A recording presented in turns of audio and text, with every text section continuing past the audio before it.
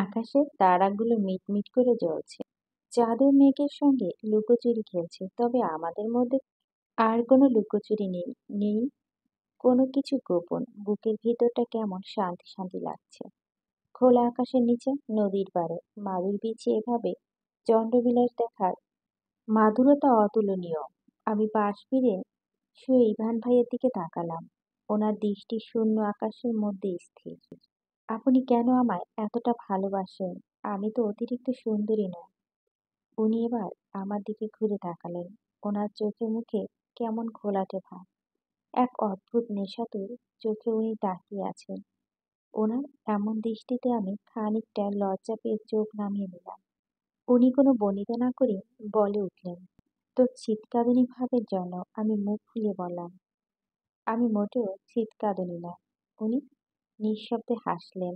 আমার নাক টেনে বললেন, তুই আসলে চিৎকারুনি। কারণ অকারণে তোর কান্নাটা মাস্ট। ছোটতে তো আমি তোকে এই নামে ডাকতাম। আমি উৎকণ্ঠা ভাবে বললাম, বলেন না কেন এত ভালোবাসেন? আমি তো খুব সুন্দরীও না। উনি উদাস ভঙ্গিতে বললেন, আমার কাছে তুই সবচেয়ে সুন্দরী, সবচেয়ে মায়াবী, সবচেয়ে মিষ্টি। আর এই মিষ্টি মেয়েটাকে আমি চাই, ভীষণভাবে চাই। আমি মাথাটা ওনার বুকে রাখলাম। চোখ থেকে অনবরত পড়া পানিতে ওনার বুক ভিজতে লাগলো। উনি ঠিক বললেন, সত্যি আমি চিৎকারিনি। হঠাৎ বাড়ির কথা মনে পড়তে ওনার বুক থেকে মাথা তুলে উঠে বসালাম। সঙ্গে সঙ্গে উনি উঠে বসলেন। কি হলো? আমি কাউকে কিছু না বলে আসিনি। সবাই হয়তো চিন্তা করছে এখনই বাড়ি যেতে হবে, কিন্তু এভাবে বাড়ি গেলে সবাই কি ভাববে? উনি আবারও রহস্যজনক একটা হাসি দিলেন। আমি ওনার সেই হাসিতে বেশি গুরুত্ব না দিয়ে উঠে বললাম, তাড়াতাড়ি যেতে হবে। উনি উঠে দাঁড়িয়ে হাত পা ধরে টান দিলেন। আমি টাল সামলাতে না পেরে ওনার বুকের সাথে ধাক্কা খেলাম। আমার উত্তরটা কিন্তু আমি এখানে পাইনি। আমি বিস্ময় নিয়ে ওনার দিকে তাকালাম। ওনার মুখের ভাবভঙ্গি দেখে বুঝতে পারলাম উনি কোনো প্রশ্নের কথা বলছে। মাথা নিচু করে হালকা হেসে বলে উঠলাম, আই লাভ ইউ টু। উনি আবার বললেন, ট্রু না, ফর এভার। তারপর ঠোঁটে বড় একটা হাসি টেনে আমাকে কোলে তুলে নিলেন। তারপর গাড়িতে দিকে যেতে লাগলো। গেটের সামনে অনেকক্ষণ যাবৎ দাঁড়িয়ে আছি। বেল বাজানো কি বাজাবো না ভাবছি।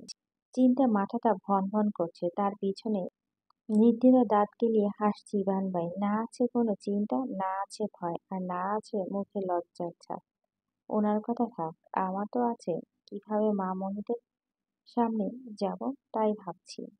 অনেক সাহস নিয়ে বেল বাজিয়ে দিলাম। মনে মনে আল্লাহ আল্লাহ করছি, কোনো ভাই বোন যেন দরজাটা খুলে, যাতে যেন তেমন করে বুঝিয়ে উপরে চলে যেতে পারি। আমার ভাবনার মাঝে দরজা খুলে গেল। কোনো কিছু বুঝে ওঠার আগে ধুমধাম শব্দ হলো। সঙ্গে সঙ্গে পার্টি প্লাস্টার আর পার্টিশনও ফেলার চারদিকে ভরে গেল। কনগ্রাচুলেশন! গেটের সামনে দাঁড়ানো সব ভাই বোনেরা একসঙ্গে বলে উঠল। আমি পার্টিশনে ফেলা ভূত হয়ে অবাক হয়ে দাঁড়িয়ে আছি। আজ সারাদিন আমার সঙ্গে কি সব হচ্ছে সবকিছু মাথার উপর দিয়ে যাচ্ছে। আমাকে চুপ করে দাঁড়িয়ে থাকতে দেখে ঝুমি আপু এগিয়ে এসে আমার হাত ধরে নিয়ে যেতে বললেন, আসেন ভাবি আসেন, লজ্জা পাবার কিছু নেই, এখানেই বসেন বলে আমাকে সোফায় বসিয়ে দিলেন। মণিমা আমার কাছে এসে মুখে ফেনাগুলো মুছে দিয়ে বলল, হঠাৎ? ছোট মামা বলে উঠল, ছেলে মেয়ে যতই উভয়ে রাজি তাহলে আশীর্বাদটা তাড়াতাড়ি করে নেওয়াই ভালো। মামার কথা সম্মতি দিয়ে বড় মণি বলে উঠল, হ্যাঁ, আমিও তাই বলছি। এই সপ্তাহের শেষে একটা ভালো দিন দেখে আশীর্বাদের অনুষ্ঠানটা সেরে নেওয়াই ভালো। আর করে কয়েক মাস পরই না হয় বিয়েটা। আমি ইভান ভাইয়ের দিকে তাকালাম। উনি আমার সামনে সোফায় বসে আছেন, আর ওনার পাশে বসে আছেন বড় মামা। তার মানে আজ ইভান ভাই আমাকে প্রপোজ করবে, তা সবাই জানতো, আর সবই প্রি প্ল্যান্ড। হঠাৎ বড় মামা বলে উঠল, না, এই সপ্তাহ শেষে আশীর্বাদ হবে না। সবাই অবাক হয়ে বড় মামার দিকে তাকালেন। সপ্তাহ শেষে আশীর্বাদ হওয়ার সংবাদ সবার খুশি খুশি, কিন্তু হঠাৎ এমন কথা সবাই বিস্মিত হলো। বড় মামা গম্ভীর মুখটা হাসি হাসি করে বলে উঠলেন, আশীর্বাদ আজই হবে। তাদের সবাই আরো অবাক হলো। আরে সবাই এত অবাক হওয়ার কি আছে, অনুষ্ঠান পরে হলে আমার পুত্রবধূ তো, এখন আমি আশীর্বাদ করতেই পারি। ওনার কথায় সবাই হেসে উঠল। শিউলি এক প্লেট মিষ্টি নিয়ে এসে বলার সঙ্গে সঙ্গে বড় মনি মিষ্টি আনতে উঠে গেলেন। মা আমার কাছে এসে শাড়ি আঁচলটা আমার মাথার উপর দিলেন। বড় মামা আমাকে মিষ্টি মুখ করালেন, তারপর এক বান্ডিল নোট আমার হাতে দিলেন। আমি মামার পা ছুঁয়ে সালাম করলাম। মামা আমার মাথায় হাত বুলিয়ে বলেন, সারা জীবন সুখী হও মা, খুব তাড়াতাড়ি এই সংসারটা সোনার সংসার করে তোলো। একে একে সবাই মিষ্টি মুখ করলো আর আশীর্বাদ করলেন। ঝুমি আপু, নানিমা আমাকে মিষ্টি মুখ করিয়ে মাথায় হাত বুলিয়ে বললেন, খুব সুখী হও মা, চির স্বামী সোহাগী হও। ভাবতে অবাক লাগে, এই তো কয়েকদিন আগে তোমরা ছোট ছোট পায়ে ঘুরে বেড়াচ্ছে, আর কয়েকদিন পর তোমাদের বাচ্চারা এ বাড়িতে ছোটাছুটি করবে। ওনার কথায় আমি লজ্জা পেয়ে নিচের দিকে তাকালাম। ইভান ভাইয়ের দিকে একবার তাকাতে গেলাম, উনি নিজের ঠোঁট কামড়ে দুষ্টু হাসলেন। বড়রা চলে যাওয়ার পর বোনেরা চেপে ধরলে নিবিড় ভাবে কিভাবে প্রপোজ করলো নানা কৈফত। রাত্রিবেলা কিছুতেই ঘুম আসছে না। সারাদিন এত কিছু হওয়ার ফলে চোখ দুটো কিছুতেই ঘুম আর নামছে না। অনেকক্ষণ এপাশ ওপাশ করে উঠে বসলাম। রুম থেকে বের হয়ে সোজা ইভান ভাইয়ের রুমে ঢুকলাম। কিন্তু না, উনি চেয়ারে বসে ল্যাপটপে কাজ করছেন। আমাকে ঢুকতে দেখে উনি খানিকটা অবাক হলেন। ওনাকে এভাবে তাকাতে দেখে আমি বোকার মতো হেসে উঠলাম। কি করছেন? এখনো ঘুমাননি? উনি ল্যাপটপটা টেবিলে রেখে আমার কাছে এগিয়ে আসলেন। ভুরু কুঁচকে জিজ্ঞেস করলেন, এত রাতে তুই এখানে? আমি অভিমানী স্বরে বলে উঠলাম, কেন, আমি আসতে পারি না বুঝি? আমার এমন ভাবে কথা বলায় ওনার কপালটা টান হলো। হালকা হেসে বললেন, আসতে তো পারিনি, তবে এত গভীর রাতে একটা ব্যাচেলার ছেলের রুমে আসতে ভয় লাগলো না? আমি না বোঝার ভান করে বললাম, না, ভয় কেন লাগবে? নিজের হবু বরের রুমে তো আসছি। উনি ভুরু নাচিয়ে বলল, আর আপনার হবু বরের দ্বারা যদি ভুল করে কোনো ভুল হয়ে যায় তাহলে? তো উনি মুচকি হেসে বলেন, আপনি এখনো কিন্তু অবিবাহিত ম্যাডাম। আমি মিছে অভিমান করে বললাম, তার মানে আপনার আমাদের বিয়ে নিয়ে কোনো সন্দেহ আছে? ঠিক আছে ঠিক আছে, আমি চলে যাচ্ছি বলে পিছনে ঘুরতে উনি এক কাছে চুল টেনে ধরে নিজের কাছে টেনে এনে বললেন, এমন ভাবে সামনে আসলে যেতে দেওয়ার কোনো প্রশ্নই ওঠে না। আমি অবাক হয়ে বললাম, এমন ভাবে মানে? উনি কানের কাছে মুখ এনে ফিসফিসে বলেন, মানে কন্যাহীন তোকে আবেদনময়ী লাগছে। আমি বিস্ফোরিত চোখে ওনার মুখের দিকে তাকিয়ে নিচের দিকে তাকালাম, দেখলাম গায়ে ওড়না নিচ্ছি। লজ্জা, এই মুহূর্তে আমার মনে হচ্ছে মাটির ফাঁক হয়ে থাকায় মাটি ঢুকে যায়। ওনার দৃষ্টি কেমন ঘোলাটে হয়ে আছে। আমি ওনাকে ধাক্কা দিয়ে সরিয়ে দৌড়ে ঘরের দিকে বের হওয়ার আগে উনি হাত ধরে আটকে দিলেন। আমার কিছু বুঝে ওঠার আগে আমার কোলে তুলে নিয়ে বিছানায় ফেলে দিলেন। আমি উঠতে যাব, তার আগে উনি আমার উপর ঝুঁকে পড়লেন। মুখের কাছে মুখ আনতে আমি চোখ মুখ খিচে বন্ধ করে নিলাম। হঠাৎ উনি টুপি করে কপালে চুমু দিয়ে বলেন, এভাবে না, আমার নাম সিলমোহর দেওয়ার পরই আপন করব বলে নাকে নাক ঘষলেন। তারপর আমার উপর থেকে সরে পাশে শুয়ে পড়লেন। কিছুক্ষণ পর আমি ওনার দিকে তাকিয়ে জিজ্ঞেস করলাম, আজকের পুরো ঘটনাটি কি প্ল্যান ছিল? উনি হালকা হেসে মাথা নেড়ে সম্মতি জানালেন। তারপর বললেন, তবে প্রস্তাবটা আমার আগে ফুপি আর মাই আমাকে দিয়েছে। কাল রাতে মা এসে আমাকে বললেন, কথা আছে। আমি বললাম, হ্যাঁ বলো। তোর বিয়ের ব্যাপারে। আমি অবাক হয়ে তাকালাম। আমি আর তোর বাবা ঠিক করেছি তোর আর ঝিনুকের বিয়েটা এবার দিয়েই দেবো। আর এ ব্যাপারে তোর ফুপিকেও জানিয়েছি, তাদের ওদের কোনো সমস্যা নেই। ব্যাস এইটুকু আমার জন্য যথেষ্ট ছিল। আমি ওনার দিকে এক দৃষ্টিতে তাকিয়ে থেকে বলে উঠলাম, আপনি না অনেক ভালো। উনি আমার দিকে তাকিয়ে বললেন, আমি কতটা ভালো না বলে আমার ঠোঁটের দিকে এগোচ্ছেন। ওনাকে হালকা ধাক্কা দিয়ে সরিয়ে দিলাম। দৌড়ে দরজার কাছে গিয়ে বললাম, এটাও সিলমোহর লাগানোর পরে দিবেন বলে দৌড়ে চলে আসলাম। পিছন থেকে ওনার হাসিমাখা কণ্ঠটা কানে আসছিল, এই ঝিনুক, শোন তো। আরে আস্তে দৌড়। পূর্ব দিকে জানালা ভেদ করে মিষ্টি রোদ চোখে মুখে পড়ায় চোখ মেলে তাকালাম। আজ সবকিছুতেই কেমন সুখ সুখ অনুভূতি হচ্ছে। এই রোদ, এই হালকা বাতাস, সবকিছুতেই। কালকের ঘটনাগুলো মনে হতো অন্যরকম ভালো লাগা মন দোলা দিতে লাগলো। সবকিছুই স্বপ্ন মনে হচ্ছে। কিছুদিন আগে পর্যন্ত ওনার সাথে আমার সম্পর্কে তেমন কোনো নাম ছিল না, কিন্তু এখন উনি আমার বাগদত্তা। আর কিছুদিন পর আমার মন প্রাণ সবকিছুর উপর শুধুমাত্র ওনার অধিকার আছে। ফ্রেশ হয়ে নিচে নামতে মনিহান গিয়েছে নাস্তা করে দিলে। নাস্তা করে ড্রয়িং রুমে ভাই বোনদের আড্ডার সামিল হতে সবার মুখে ভাবি ভাবি শুনতে শুনতে অতিষ্ঠ হয়ে উঠলাম। তবে উপরে অস্বস্তি হলো, এই ডাকটা মধ্যে অনেক ভালো লাগা কাজ করছিল। কিছুক্ষণ এটা ওটা আলোচনা করার পর ঠিক করলো গানের লড়াই খেলবে।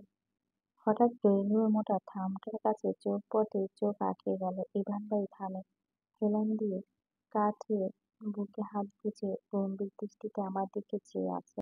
আর সেই গভীর দৃষ্টি গভীর নেশাচ্ছন্ন।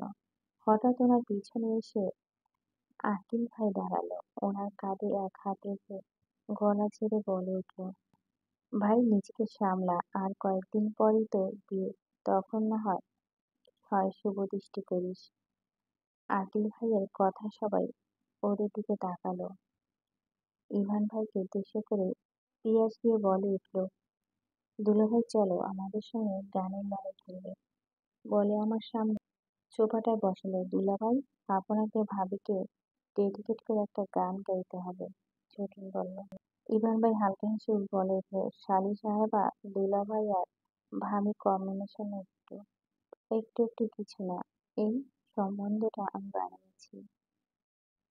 আপনি আমার ভাই, তাই আপনার বোন মানে ঝিনুককে আমি ভাবি বলে ডাকবো, আর ঝিনুক আমার বোন, তাই ওর স্বামী মানে আপনাকে দুলাভাই বলে ডাকবো। ছোটন এর কথা সবাই হাসতে লাগলো। হঠাৎ দিয়ান উঠে দাঁড়িয়ে ঘোষণা করে দিল, এবার গান করবে আমাদের দুলাভাই। প্রথমে না করলে সবাই রিকোয়েস্টে সম্মতি দিলেন। আয়ু ভাই এর কাছ থেকে গিটারটা হাতে নিলেন।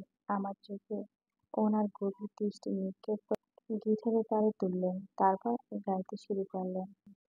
গান শেষ হতেই সবাই হাততালি দিতে লাগলো, কিন্তু বরাবরের মতো আমি বাকরুদ্ধ হয়ে পড়লাম।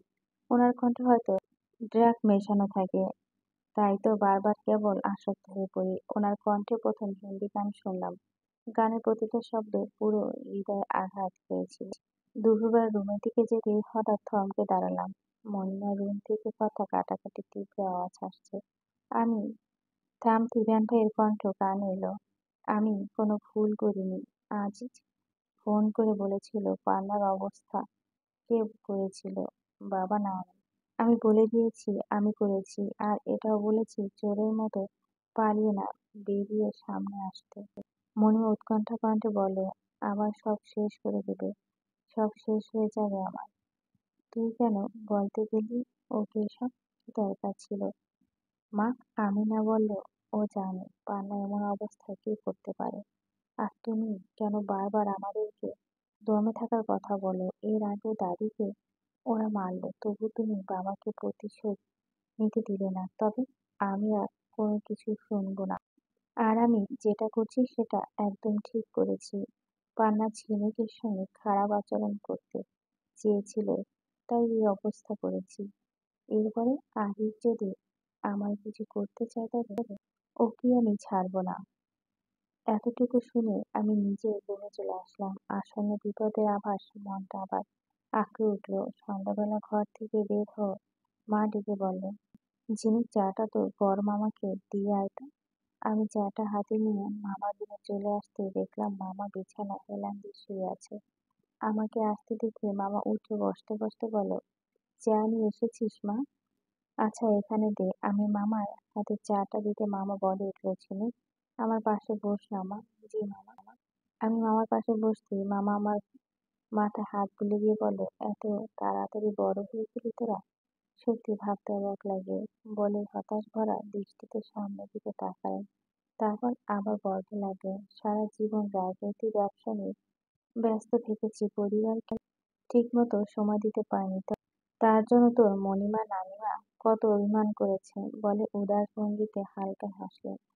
তবে আমি ঠিক করেছি এবার একটু ব্রেক নেব। ব্যবসার দায়িত্ব ইভানকে আর ওর চাচার উপর দিয়ে দেবো আর রাজনীতি থেকে অবসর নেব। আমার খুব ইচ্ছে ছিল জানিস যে যেভাবে আমি আমার বাবার জায়গায় বসেছি তেমনি ভাবে ইভান রাজনীতিতে ঢুকে আমার জায়গায় বসুক, কিন্তু তোর মনে না তার ছেলেকে রাজনীতিতে ঢুকে দেবে না বলে আবার হাসলেন।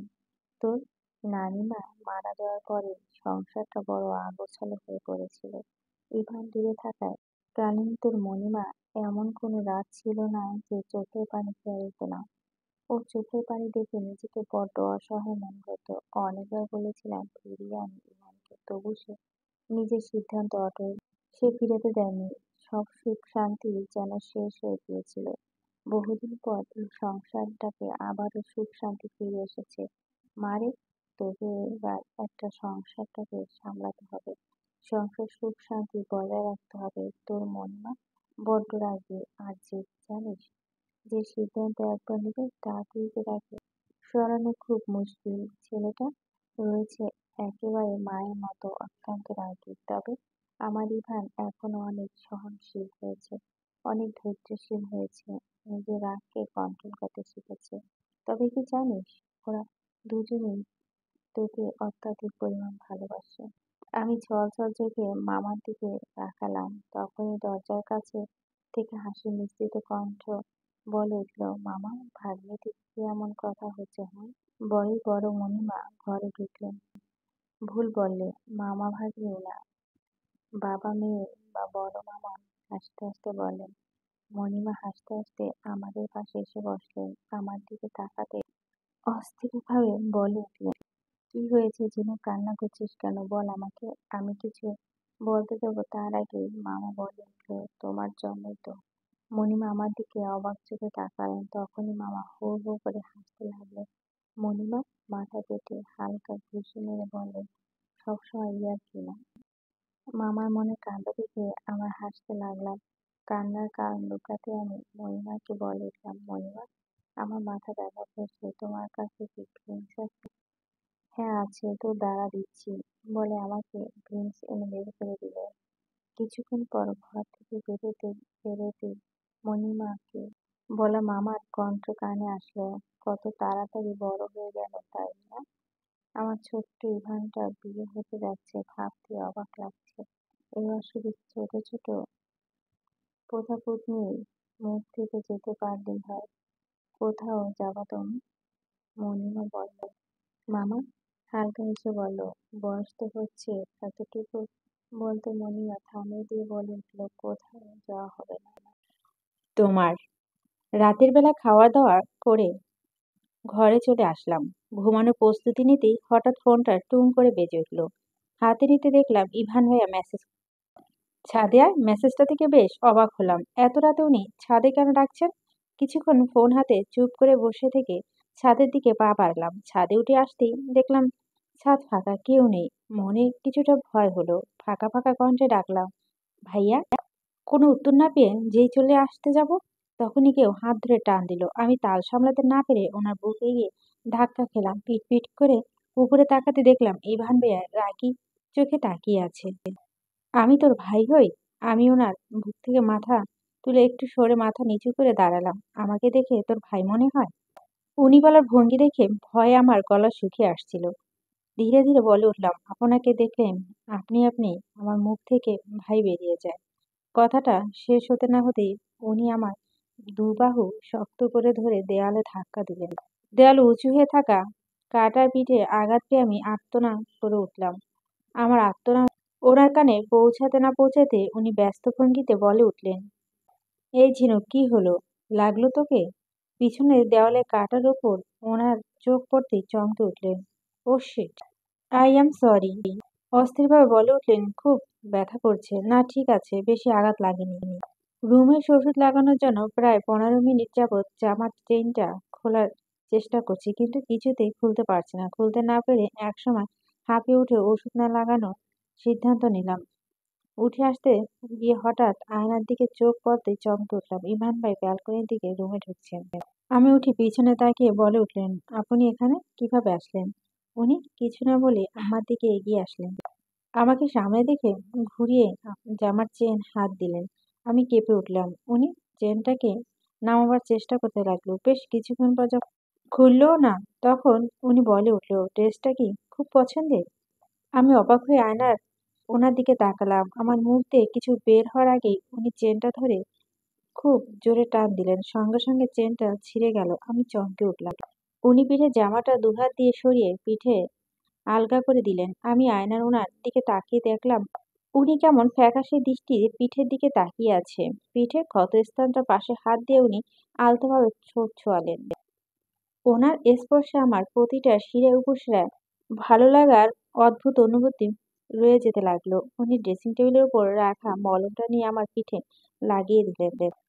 তারপর আমাকে ঘুরিয়ে কপালে গভীরভাবে ঠোঁট স্পর্শ করিয়ে বলেন, আই অ্যাম রিয়েলি সরি ঝিনুক পাখি। আনন্দ হয়ে উঠলা ইভানের ফুলসুটিময় ভালোবাসায় কেটে গেল 5টি দিন। এই 5টা দিন উনি অতিরিক্ত ভালোবাসা কেয়ার ভরিয়ে দিয়েছে। ইভান ভাই থেকে শুধুমাত্র ইভান বলে ডাকার অভ্যাসটাও করিয়েছেন। এই দিনগুলো আমার জীবনের শ্রেষ্ঠতম দিন। উনি আমার পাশে থাকলে হয়তো সারা জীবনটা এমন শ্রেষ্ঠতম হবে। আজ আমাদের আশীর্বাদ। আর সামনের মাসে 1 তারিখে আমাদের বিয়ের দিন ঠিক করা হয়েছে। আর কয়েকটা দিন বাদে আমাদের ভালোবাসা পূর্ণ পাবে। ভাবতে খুব খুশি লাগে। ফ্রেশ হয়ে নিচে নামতে আসতে মণিমামাকে ব্রেকফাস্ট করিয়ে দিলেন। প্রত্যেকটা সকালে ব্রেকফাস্ট করে দেওয়াটাই যেন মণিমার ডেইলি রুটিন পরিণত হয়ে গেছে। আর আজ এত ব্যস্ত থাকা সত্ত্বেও ওনার রুটিন হেরফের হয়নি। আজ সবাই খুব ব্যস্ত, সেই সাথে খুব খুশিও। সবাই কোনো না কোনো কাজ করছে। এর মধ্যে আমার চোখ শুধুমাত্র ইভান ভাইয়াকে খুঁজছে। আমি এতদিন ওদিকে তাকাচ্ছি কিন্তু কোনো ইভান ভাইকে দেখতে পাচ্ছি না। সকাল থেকে ওনার একটা ঝলকও চোখে পড়েনি। হঠাৎ সামনে কেউ দাঁড়ানো আমার উপর দিকে তাকালো। ইভান ডান ভ্রু নাচিয়ে বলে উঠল, এদিক ওদিক উঁকি মেরে কাকে খুঁজছিস? আমি সোজা হয়ে দাঁড়িয়ে বললাম, আপনাকে তো অবশ্যই না। আমি তো শুধু দেখছি কে কেমন কাজ করছে। উনি চোখ ছোট ছোট সরু চোখে আমার দিকে তাকালেন। আমি একটু ভাব নিয়ে ডায়লগ মেরে বললাম, এভাবে তাকানোর কি আছে? আমি জানি আমি সুন্দরী। এমনি এমনি কি চৌধুরী বাড়ির হিরো আমার প্রেমে পড়েছে? কোয়ালিটি আছে বস। আমার ভাবভঙ্গি উনি হেসে ফেললেন। নিচের ঠোঁট কামড়ে ধরে বলেন, তাই? হুম। উনি এক ঝাটকায় আমার হাত ধরে কাছে টেনে নিয়ে বললেন, তাহলে কোয়ালিটিটা একটু চেক করে দেখি, কি বল? বলে আমার মুখের কাছে এগিয়ে আসতেন। আমি ধাক্কা দিয়ে সরিয়ে দিয়ে এক দৌড় দিলাম। সন্ধ্যা 6টা। পুরো চৌধুরী ভিলা ঝকমক করছে। পুরো বাড়ি গোলাপি সাদা ফুল দিয়ে সাজানো। চারিদিকে আত্মীয় স্বজন মানুষজন গম গম করছে। ফুলের পাপড়ি বিছানো লাল কার্পেটের উপর দিয়ে আমি হেঁটে চলছি। পরনে হেভি পিঙ্ক লেহেঙ্গা। যেন হাঁটতে বেশ বেগ পেতে হচ্ছে। পাশে ছোট ঝিলি কাপড় থাকা সত্ত্বেও খুব নার্ভাস লাগছে। মনে হচ্ছে পড়ে যাব। কিন্তু সামনে স্টেজের দিকে তাকাতেই আমার সব নার্ভাসনেস যেন কেটে গেল। স্টেজে সাদা কোট প্যান্ট পরে ইভান ভাই হাসি মুখে দাঁড়িয়ে আছেন। ওনার দিকে দৃষ্টি রেখে ওনার দিকে এগিয়ে এলাম। কাছে যেতে উনি আমার দিকে এক হাত বাড়িয়ে দিলেন। আমি ওনার হাতে হাত রেখে স্টেজে উঠলাম। উনি আমার কানে কাছে মুখ এনে ফিসফিস করে বললেন, এমনিতে তো প্রতিদিন শেষ হয়ে যাচ্ছি, এবার কি রূপের আগুন পুড়িয়ে মারতে চাও ঝিনুক পাখি? প্রায় আধা ঘন্টা যাবৎ স্টেজে বসে আছি। বড় মামা না থাকায় এখানে আন্টি বদল হয়নি। ছোট মামা কিছুক্ষণ আগে ফোন করেছিল, কিছুক্ষণের মধ্যে নাকি চলে আসবেন সব বলে জানিয়েছে। মণি মামা সবাই পাশে আছেন। হঠাৎ ইভানের ফোনে একটা ফোন আসলো। ফোনটা রিসিভ করে কানে ধরতে ইভান চোখ মুখ শক্ত হয়ে গেল। মুহূর্তে চোখ মুখ ভীষণ রকম লাল হয়ে উঠল। হঠাৎ করে উনি উঠে দাঁড়ালেন। ওনার হাতে ভীষণ রকম কাঁপছে। আমরা সবাই ওনার দিকে অবাক দৃষ্টিতে তাকিয়ে আছি। হঠাৎ উনি বিকট চিৎকার করে বলে উঠলেন, বাচ্চা, বাবার কিছু হলে তোকে আমি ছাড়বো না বলে উনি দৌড়ে স্টেজ থেকে নেমে পাগলের মতো ছুটে বেরিয়ে গেলেন। ওনার কথা এই একটা লাইন আমরা বুঝতে গেলাম বড় মামা কোনো বিপদে পড়েছেন। ছোট মামা ইভানের পিছনে পিছনে বেরিয়ে গেল। আমার সামনে বড় মণিমা দাঁড়িয়ে ছিল। ইভানের কথা বলা থেকে বেরিয়ে যাওয়া পর্যন্ত উনি একইভাবে দাঁড়িয়ে আছেন। ভাবি, তুমি একটু বসো। বলতে বলতে মণিমা নেতিয়ে স্টেজে লুটিয়ে পড়লেন। চারিদিকে থমথমে পরিবেশ। অনবরত ভেসে বেড়ানো চাপা কান্না আওয়াজ কান বোধা হয়ে আসছে। সবকিছুই কেমন যেন অবিশ্বাস্য মনে হচ্ছে। কাল সন্ধ্যা পর্যন্ত এ বাড়িতে পরিবেশ কতটা খুশি আনন্দময় ছিল। মাত্র কয়েক ঘন্টা ব্যবধানে সবকিছু কেমন উল্টোপাল্টো হয়ে গেল। এই সময়টুকুর মধ্যেই শোকের কালো মেঘ পুরো বাড়িটাকে গ্রাস করে নিল। সামনে মেঝের ওপর বড় মামা নিথর পড়ে আছে। সব সময় হাসি খুশি বেশি কথা বলা মানুষটা নিশ্চুপ, প্রাণহীন, যেন মানুষগুলো দুঃখ মোচন করার জন্য অস্থির হয়ে পড়েছেন। আজ তিনি সবার চোখে সহস্র অশ্রু নিয়ে চলে গেলেন না ফেরার দেশে। কিছুটা দূরেই ইভান ভাইয়া দেওয়ালে ঠেস দিয়ে বিধ্বস্ত অবস্থায় মেঝেতে বসে আছেন। পরনে সন্ধ্যার কোট প্যান্ট, কিন্তু সেটা রক্তে ভেজা। মণিমাও কেমন যেন পাথর হয়ে গেছেন। কোনো কথাই বলছেন না। সন্ধ্যা থেকে দুবার সেন্সলেস হয়েছে। মামার মুখটার দিকে তাকাতেই সেদিন রাতে বলা ওনার কথাগুলো মনে পড়ে যাচ্ছে। এই সংসারের সুখ শান্তি ধরে রাখিস মা। এই পরিবারের প্রত্যেকটা সুখ প্রত্যেকটার সাথে জড়িত। এক একজন কিছু হলে কেউ সুখী থাকতে পারে না। বুক ফেটে কান্না আসছে। মামার মৃত্যুর জন্য কোনো না কোনোভাবে নিজেকে দায়ী মনে হচ্ছে। কাল এঙ্গেজমেন্ট সারপ্রাইজ গিফট আনতে মামা শহরের বাইরে যায়। আর সেই সুযোগটাকে কাজে লাগায় আজিজ খান।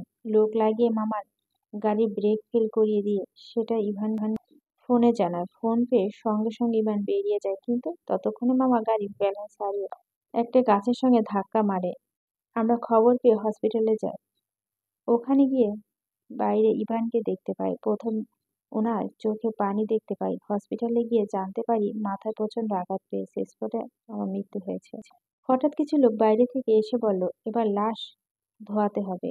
লাশ শব্দটা শুনে বুকের ভেতরটা মোচড় দিয়ে উঠল। কাল পর্যন্ত যে মানুষটা চলাফেরা করছিল সেই মানুষটা আজ লাশ। ভাই, এমপি সাহেবের নানা নামে যাকে ডাকা হতো আজ আত্মীয় অনাত্মীয় সবাই লাশ বলে সম্বোধন করছে।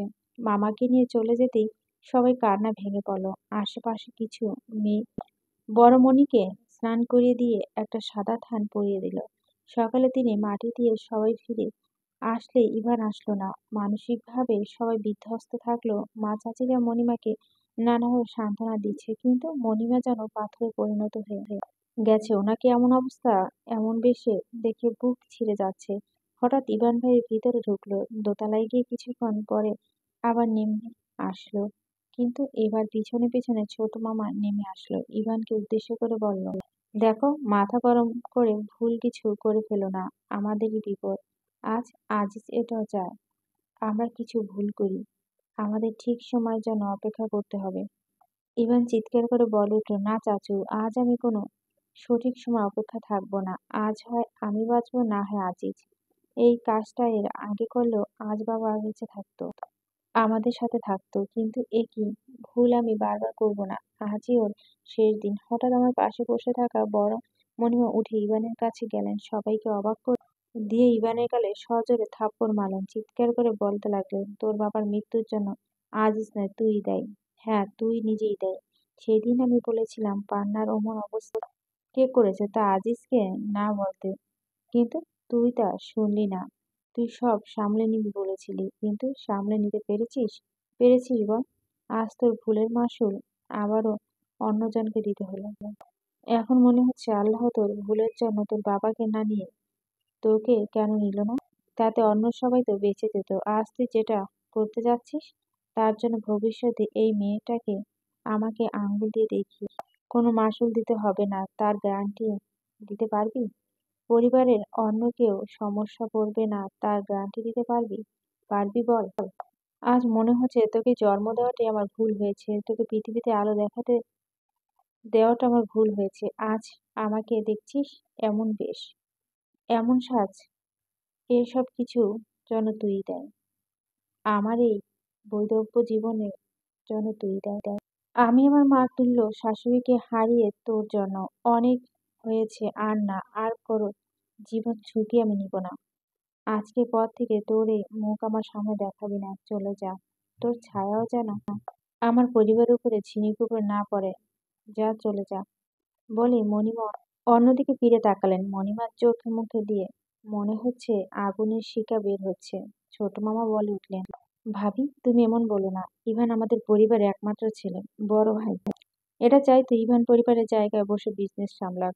আর যা, কিছু হয়েছে তাতে ইভানের কোনো দোষ না। ইভান আজিজকে কোনো কিছু না বললেও এমনটাই করতো, কারণ সবকিছু জানতো। পান্না যে ঝিনুকের সঙ্গে খারাপ কিছু করবে সেটাও আজিজ জানতো। আর ইভান তো ঝিনুকের প্রাণ বাঁচিয়েছে। ছোট মামার কথা মণিমা কোনো হেলদোল হলো না। শক্ত কণ্ঠে উনি বলে উঠলেন, আজকের পর এই বাড়ি কেউ যদি ওর নাম উচ্চারণ করে তাহলে আমি এই বাড়ি ছেড়ে চলে যাব। কথাটা শুনে ইভান অবাক হয়ে আমার দিকে তাকালেন। ওনার চোখ ছলছল করছে, মুখটা প্রচন্ড লাল হয়ে আছে। বার দুয়েক ওনার থুতনি কেঁপে উঠল, কিন্তু চোখে এক ফোঁটা পানি না ঝরিয়ে উনি উঠলেন, তার কোনো দরকার হবে না মা, আমি চলে যাচ্ছি। আর তুমি চিন্তা করো না, ঝিনুকের জীবন থেকে আমি সরে যাব। কোনোদিন আর কোনো প্রবলেম হবে না। বলে উনি বাড়ি থেকে বেরিয়ে গেল। একবারও আমার দিকে ফিরে তাকালো না। ইভান চলে যাওয়ার সাথে সাথে মণিমা দৌড়ে দোতলায় চলে গেলেন। আমি নিশ্চুপ ভাবে দাঁড়িয়ে আছি। সবকিছু এত দ্রুত হয়, কেমন জানি সব ঘোলাটে লাগছে। ইভান আমাকে ছেড়ে চলে যাচ্ছে মনে পড়তেই কোনো কিছু না ভেবে দৌড়ে বাইরে চলে আসলাম, কিন্তু কোথাও ইভানকে পেলাম না। মাটিতে বসে চিৎকার করে কান্না করতে লাগলাম আর ওনাকে ডাকতে লাগলাম, কিন্তু সেই ডাকে উত্তর কেউ দিল না। অস্থির হয়ে কান্না মুছে দেওয়ার জন্য কাউকে এগিয়ে আসলো না। 2 বছর পর